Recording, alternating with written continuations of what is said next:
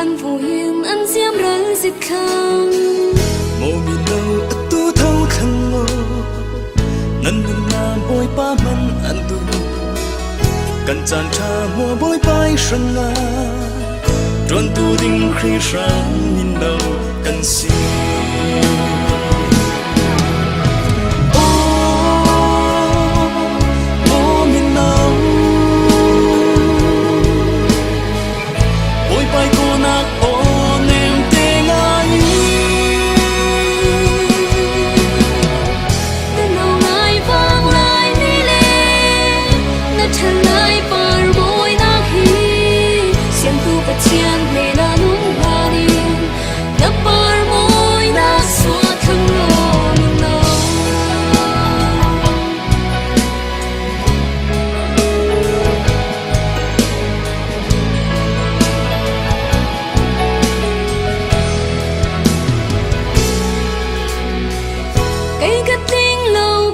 chiêm lâu bây đầu nghiên u nó ngon hà kinh lệ chiêm chia ăn lâu bồi bài sự riêng chốc mi ăn xin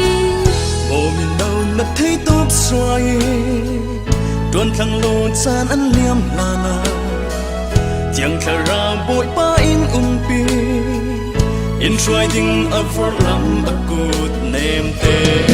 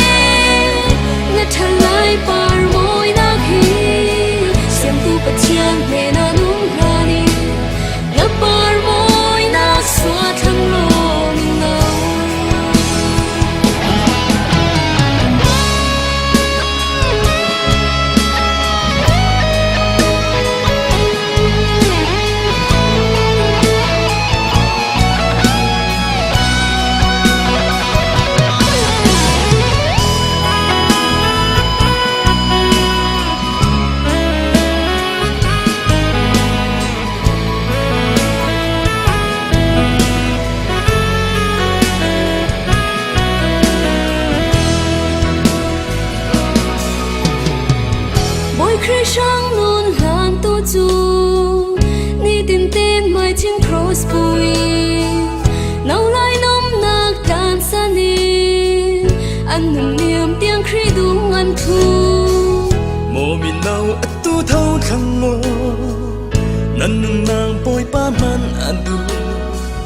cần chan cha mùa bôi bay sang nga tròn tu đinh khi sáng nhìn đầu cần xin